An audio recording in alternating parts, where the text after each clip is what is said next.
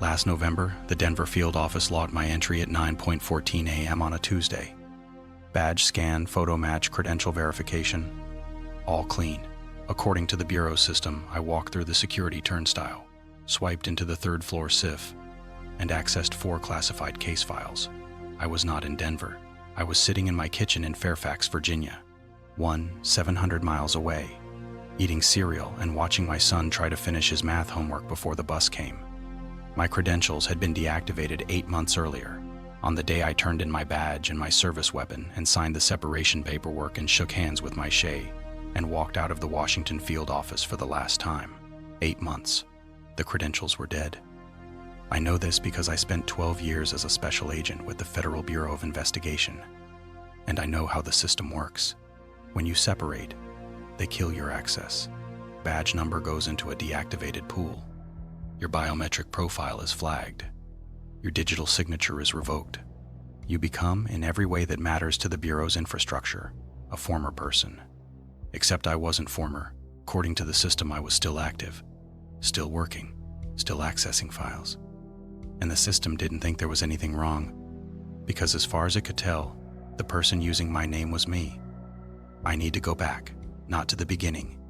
The beginning was ordinary. I graduated from the academy in 2011, assigned to the Washington field office, Criminal Investigative Division. The work was exactly what you'd expect. Bank robberies, fraud, public corruption. Real cases, real people, real courtrooms. Nothing glamorous, nothing cinematic, just process. Build the case, work the evidence, present the findings. I was good at it. Not brilliant, good. Thorough, patient. The kind of agent who reads the footnotes and checks the appendix and notices when a date doesn't line up. I made a career out of noticing small inconsistencies that other people skipped. I married Sarah in 2013. Owen was born in 2016. For the first few years, the job and the family coexisted the way they do for a lot of agents. Imperfectly, but functionally. Sarah understood the hours. She understood the travel. She understood that I couldn't tell her what I was working on, and she developed a kind of elegant disinterest in the details that made the classified parts of my life feel almost normal. What she didn't understand, what I didn't understand until it was too late, was the disappearing, not physically. I came home every night, but the job has a way of hollowing you out. You spend 10 hours a day inside a system that reduces people to case numbers and evidence codes and investigative outcomes. And after a while, you start doing it to the rest of your life. Sarah became a domestic variable. Owen became a dependent. Dinner became a logistical interval between arriving home and reviewing case files on the encrypted laptop. Owen drew a family picture in 2nd grade. The teacher showed it to us at the fall conference. The picture had Sarah, Owen, and our dog Boomer. 3 figures and a dog standing in front of a house. No 4th figure. No dad. The teacher said, "He told me his dad was at work." Sarah looked at me across the table. I don't remember what she said. I remember the way she looked. The exhaustion of a woman who had spent years trying to keep a space open for someone who kept filling it with absence. I put in my resignation the next month, effective February 2023. 12 years. Done. The separation process was standard. Turn in badge, credentials, service weapon. Deactivation of biometric access, digital signature, network login. Exit interview with HR. Debriefing with the SAC.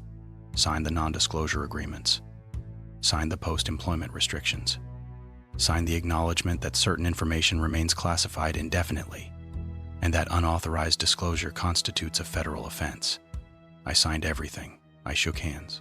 I walked out. For 6 months, nothing happened. I got a job with a private security consulting firm. Corporate work, risk assessments, background investigations, boring and well-paid, and reliably 9 to 5. I drove Owen to school. I made dinner. I watched movies with Sarah on Friday nights. I was present in a way I hadn't been in years, and the apartment in Fairfax started to feel like a home again, instead of a staging area. Then Mike called. Mike Rowan. We'd been at the academy together, assigned to the same field office for 4 years. He transferred to the Denver office in 2018. We kept in touch. Texts, occasional calls, the kind of half-maintained friendship that survives on shared history. Hey, he said. Quick question. Were you in the building today? What building? Denver. The field office. Mike, I'm in Virginia. I haven't been to Denver in 3 years. Silence. Then. That's weird. Your name came up on the entry log. Badge scan at 9:14 this morning. My badge was deactivated 8 months ago. I know. That's why I'm calling. The log shows your name, your badge number, and your photo. Clean scan. No flags. The system accepted it. I sat at the kitchen table. Owen was in the next room watching cartoons. Sarah was upstairs. That's a system error, I said. Database ghost. It happens. Deactivated profiles sometimes persist in local caches. Yeah, Mike said. That's what I thought. Except whoever scanned in also accessed 4 case files on the 3rd floor. Files that require active T/Psi clearance. Your clearance was revoked in February. Mike, I know it wasn't you, but the system says it was. And the system doesn't make mistakes like this. We talked for another 10 minutes. He said he'd flag it with the Denver security office. He said it was probably a technical glitch. A legacy profile that hadn't been properly purged from the local system. He said not to worry about it. I told him I wasn't worried. I was lying. I called the Bureau's Office of Professional Responsibility the next day. They opened an inquiry, checked the logs, confirmed the scan matched my biometrics, confirmed my credentials were deactivated on schedule, and concluded it was a software anomaly. 3 weeks later, Chicago. Entry logged at 11:30 p.m. My name, my badge, my photo. I was asleep in Fairfax. Sarah could confirm it. Owen was in his bed. The dog was on the couch. I called OPR again. The investigator assigned to the case asked me one question I couldn't answer. How can the biometric data match? I said. I'm the only person with my fingerprints and my retinal scan. That's correct, she said. Which is why this is being treated as a system anomaly. If someone had duplicated your biometrics, we'd see manufacturing artifacts in the scan data. There are none. The scans are clean. So either I was in Chicago, or the system generated a scan that perfectly matches me without any physical input. Those are the 2 possibilities, yes. She didn't sound comfortable with either one. Over the next 4 months, it happened 5 more times. Phoenix, New York, Los Angeles, Salt Lake City, Seattle. Each time a clean scan. Each time I was somewhere else. At Owen's soccer game, at dinner with Sarah, asleep in my own bed. OPR stopped opening new inquiries after the 4th one. They told me to contact IT security instead. IT security told me to contact OPR. Nobody owned the problem. The system did what it wanted. I started keeping my own log. And that's when I found the pattern that changed everything. The files accessed at each field office were all cold cases, all missing persons. And in every case, the original investigating agent had separated from the Bureau before the case was resolved. Every file contained a supplemental report filed asterisk after asterisk that agent's departure, signed with their digital signature, reports written by people who no longer worked for the Bureau, using credentials that should have been dead. I wasn't the first person this had happened to. It had been happening for decades, and nobody had noticed because nobody checks supplemental filings on cases that have already gone cold. I found Gordon Yates in a retirement community outside Tucson. Yates had been a special agent from 1978 to 1994. He'd worked cold cases out of the Phoenix field office. His name appeared on 7 supplemental filings made between 1995 and 2003. Filings made after he'd been retired for over a year. He was 81, sharp. The kind of old agent who still stands straight and looks you in the eye and waits 3 seconds before answering a question. I know why you're here, he said. He was sitting on his patio drinking iced tea. The desert was flat and bright behind him. You found your name on something you didn't write. How did you know? Because I found mine, in '96. A supplemental report on a missing persons case I'd worked in '89. The report was detailed, accurate. It referenced evidence I'd collected and interviews I'd conducted. But I didn't write it. Did you report it? I reported it. OPR opened an inquiry. Concluded it was a data entry error. Someone had used my credential template instead of their own. Administrative mistake. He looked at me over his iced tea. Except the report contained information that wasn't in the case file. Details that only I knew. Things I'd observed at the scene but hadn't included in my official documentation. Things I'd kept in my head. The air conditioning hummed. A lizard ran across the patio wall. Yates, what's using our names? He set down his glass. I spent 8 years trying to answer that question. I pulled files. I cross-referenced names. I found 11 other former agents whose identities had been used to file supplemental reports after separation. 11 agents, spanning from 1963 to 1994. Did you find a pattern? I found something worse than a pattern. He was quiet for a moment. I found that the supplemental reports were better than the originals, more thorough, more detailed, more insightful. Whatever was writing them understood the cases better than the agents who'd worked them. It wasn't just using our names. It was doing better work than we had. That's not possible. No, it's not. He looked at the desert. I also found that 3 of the 11 agents I identified had tried to investigate. They'd run searches on their own names in the Bureau's internal database, trying to track the unauthorized use of their credentials. What happened to them? Their investigation records disappeared. Their employment histories were modified. One of them, an agent named Carla Devlin, separated in 1987. I couldn't find any evidence she'd ever existed. No academy records, no assignment history, no personnel file. The Bureau system had erased her. Erased her. Not killed. Erased. As if she'd never been an agent. As if the person and the credential were the same thing, and once the credential was reclaimed, the person, he trailed off. I don't know. I stopped looking. That's the thing I came to tell you if you came asking. Stop looking. Don't search your own name in the system. Every query generates a response, and I'm not convinced the response comes from a database. I should have listened. You hear that in every story like this? I should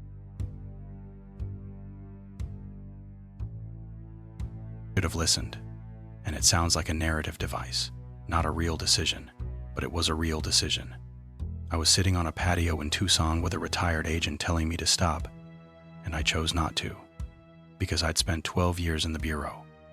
12 years building cases, following evidence, running queries.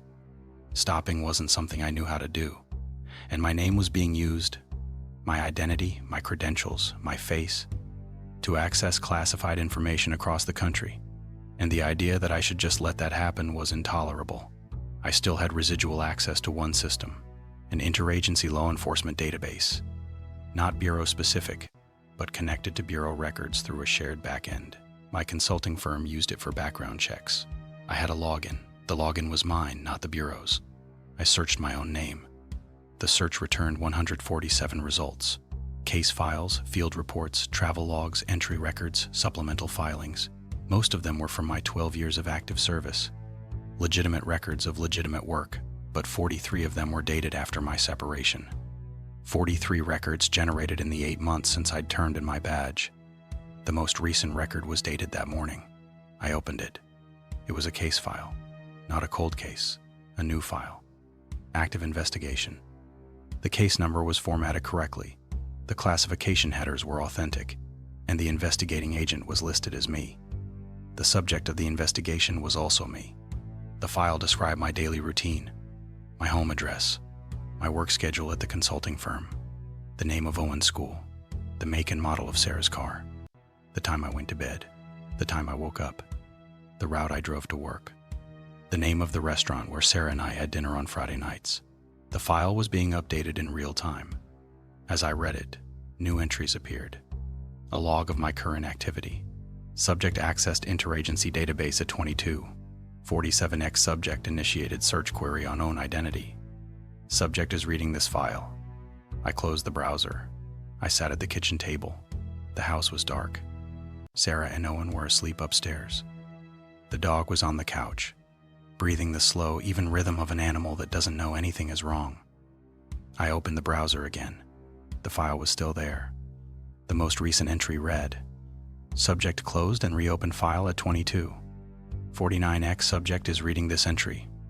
The last line of the file, formatted as an internal recommendation in standard Bureau notation, read, asterisk recommend termination of external identity. Credential origin verified. System of record takes precedence. Asterisk external identity. The system considered me the copy. Whatever was operating under my name inside the Bureau's infrastructure. Accessing field offices, filing reports, working cases. It didn't think it was impersonating me. It thought it was asterisk me. And the person sitting at a kitchen table in Fairfax, reading the file, was the anomaly. The unauthorized duplicate. The external identity that needed to be terminated. I closed the laptop. I didn't open it again. I deleted my interagency access the next morning. I called the consulting firm he resigned. I told Sarah we needed to move. Not urgently, not dramatically.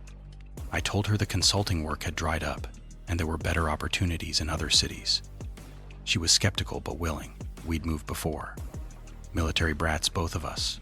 Moving was familiar. We relocated to a town in North Carolina. New name on the mailbox. I'd started using Sarah's maiden name for non-legal purposes. A small, possibly pointless gesture of distance from the identity the Bureau's system still claimed. I got a job at a local firm doing commercial property inspections. No databases, no federal systems, no logins or credentials or biometric scans. Just a clipboard and a flashlight and buildings that didn't know my name. Owen started at a new school. He drew a family picture in his first week. This time there were 4 figures. Mom, Dad, Owen, and Boomer. All standing in front of a house. I put it on the refrigerator and looked at it every morning while I made coffee. For 3 months, nothing happened. No calls from Mike, no OPR inquiries, no entry logs or access records. The Bureau system, whatever it was doing, appeared to have lost interest. I started sleeping through the night. I started arriving at dinner without having to remind myself to be present. Sarah noticed. Owen noticed. The dog noticed, in the way dogs do. He started lying at my feet instead of on the opposite side of the room. Then the letter arrived. It came on a Tuesday. Standard USPS delivery. A white envelope with no return address. The paper was heavy. The kind of cardstock the Bureau uses for official correspondence. The FBI seal was embossed in the upper left corner. It was addressed to my legal name. Not the maiden name I'd been using. My real name. At the new address in North Carolina. An address I hadn't given to the Bureau. Hadn't filed with any federal agency. Hadn't used on any document connected to my former career. I opened it. Inside was a single sheet of paper, printed in the standard Bureau correspondence format I'd seen 1,000 times during my career. No signature block, no date, no case reference number, just 2 lines of text centered on the page. Asterisk separation not recognized. Asterisk identity remains property of the Bureau. Asterisk I stood in the kitchen, holding the letter. Through the window I could see Owen in the backyard, throwing a tennis ball for Boomer. Sarah was at the counter, peeling an apple. "What's that?" she asked. "Junk mail," I said. I folded the letter and put it in my pocket. That was 4 weeks ago. Nothing else has happened. No more letters. No phone calls. No entry logs. The house is quiet. Owen is doing well in school. Sarah seems happier than she's been in years. The dog sleeks at my feet. I changed my name legally last week. Filed the paperwork at the county courthouse. Paid the fee. Received the order. I am, on paper, a different person than the one who walked into the FBI Academy in 2011. I don't know if it matters. I don't know if a name change means anything to a system that tracked me across state lines to an address I never disclosed. I don't know what separation not recognized means, or what happens when a system decides that your identity belongs to it rather than to you. I know what Gordon Yates told me, that 3 agents who investigated too deeply were erased. Not killed, erased. As if the person and the credential were the same thing. I look at Owen's family picture on the refrigerator every morning. 4 figures and a dog. I'm in the picture now. I'm standing next to Sarah, and Owen is between us, and the dog is at our feet, and the house is behind us, and I am present, and I am here, and I am a person, not a credential. I keep the letter in a drawer in my desk. I check it every few days, not to read it. I have it memorized. I check to make sure it's still there. Because the alternative, that it might disappear, that the system might reach into my desk and reclaim the only evidence I have that it contacted me, is worse than what the letter says. Yesterday, I opened the drawer, and the letter was there, but there was a second page behind it. Same cardstock, same embossed seal, same format. 2 lines of text, centered. Asterisk name change acknowledged. Asterisk asterisk new credential issued. Asterisk Wythrai te alt Sarah. I don't know what the new credential is. I don't know what it means to be issued something by a system you no longer belong to. I just know that 12 years ago, I gave the Bureau my name, my face, my fingerprints, and my signature, and I thought that when I left, I'd get them back. I didn't, and whatever is still using them knows where I live now.